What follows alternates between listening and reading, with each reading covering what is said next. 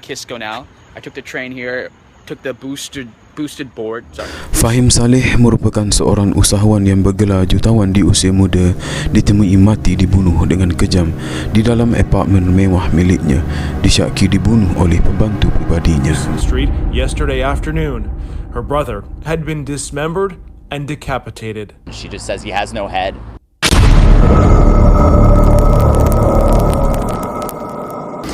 Mangsa yang bernama Fahim Saleh yang berketurunan Bangladesh dilahirkan pada 12 Disember 1986 di negara Arab Saudi. Sewaktu dia masih kecil, ibu bapa Fahim sering berpindah randah hingga pada akhirnya mereka sekeluarga menetap di Rochester, Amerika Syarikat. Sejak dari kecil lagi, mangsa sangat meminati bidang komputer. Dan disebabkan itu, mangsa berjaya mencipta pelbagai aplikasi yang bermanfaat untuk digunakan oleh keluarga dan rakan-rakannya.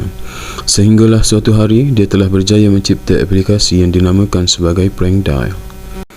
Aplikasi ini kemudiannya memberikan keuntungan kepada Fahim sebanyak 10 juta USD. Fahim yang bijak seterusnya menggunakan wang itu sebagai pembiayaan pelajarannya di universiti, serta pada masa yang sama digunakan untuk mengembangkan bisnesnya. Pada tahun 2015, Fahim telah membangunkan perusahaan pengangkutan yang dinamakan sebagai Patau di Bangladesh dan Nepal. 3 tahun berikutnya, perusahaan Fahim tersebut semakin berkembang yang bertapak di Nigeria. Selain itu, Fahim juga telah membuat pelaburan untuk pikap yang beroperasi di negara Colombia. Dan beliau juga merupakan rakan pengasas Adventure Capital, iaitu sebuah firma modal teroka yang berpusat di Manhattan, Amerika Syarikat. Fahim Saleh yang bergelar sebagai jutawan pada usia yang sangat muda, hasil usaha kerasnya juga dia dapat membeli sebuah apartmen mewah yang dianggarkan bernilai sekitar 22 juta USD. Kejayaannya telah mencetuskan inspirasi kepada orang muda di seluruh dunia. Beliau yang tidak pernah lupa asal-usul menambah bakti kepada orang tuanya dengan membelikan mereka rumah dan kereta mewah. Sebagai majikan pula, dia begitu ramah dengan pekerjanya yang tidak sekali sombong. Fahim dikatakan seorang yang sentiasa berfikiran positif dan dermawan. Dia pernah memberitahu bahawa niatnya untuk menjadi usahawan berjaya adalah untuk membantu orang ramai mendapat kehidupan yang lebih baik.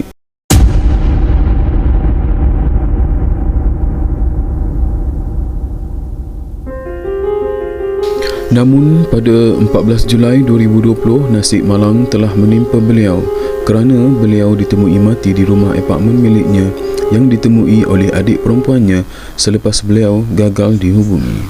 Sebaik memasuki apartmen berkenaan, adik Fahim terus menjerit sambil menangis teresa-esa selepas menemui mayat abangnya dalam keadaan begitu mengerikan. Mayat Fahim ditemui tanpa kepala, tangan dan kaki. Semua anggota tubuh badan Fahim yang sudah dikerat tersebut didapati telah dibuang ke dalam plastik tong sampah. Pihak polis yang tiba di lokasi kejadian terus melakukan siasatan secara menyeluruh. Berdasarkan pemeriksaan kamera litar tertutup di apartmen itu yang bertarikh 13 Julai 2020, mendapati Fahim telah memasuki lift dari lobi sambil diekori oleh seorang lelaki berpakaian serba hitam dengan memakai topi penutup muka serta sarung tangan. Selepas keluar dari lift berkenaan, Fahim rebah akibat ditembak dengan pistol perenjak elektrik. Menerusi laporan bedah siasat, Fahim telah ditikam pada bahagian leher dan dada. Selepas membunuh dan mengerat Fahim, pembunuh cuba untuk membersihkan lokasi kejadian. Cara pembunuhan dan keratan yang dilakukan menunjukkan dia adalah seorang pembunuh profesional.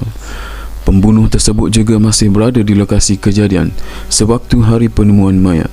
Menyedari kehadiran adik Fahim, pembunuh itu terus melarikan diri menggunakan pintu belakang apartmen itu.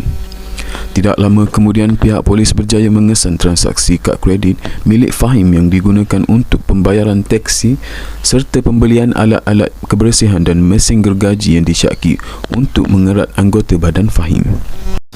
Selepas siasatan lanjut dijalankan, identiti suspek benar-benar memeranjatkan ahli keluarga Fahim.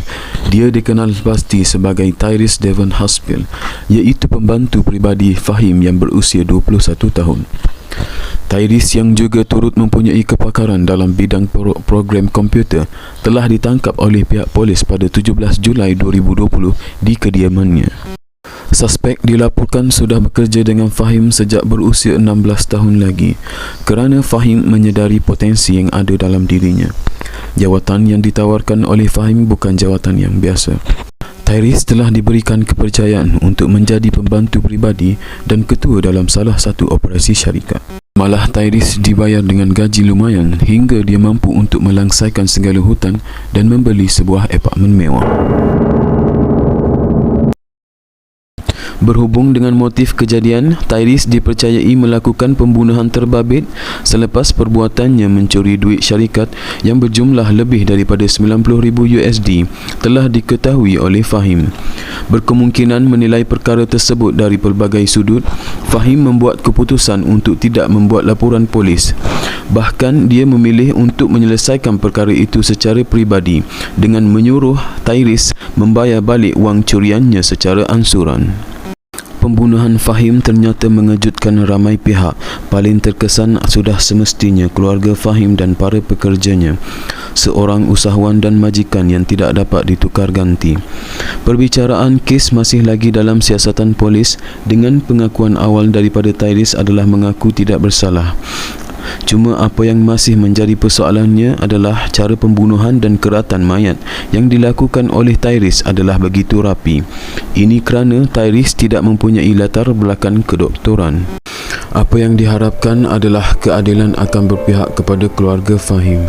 Di atas tragedi yang berlaku kepada Fahim, kita haruslah mengambil iktibar untuk kita lebih berhati-hati dalam menilai dan membuat keputusan, lebih-lebih lagi orang yang diberi kepercayaan. Sekian, Assalamualaikum.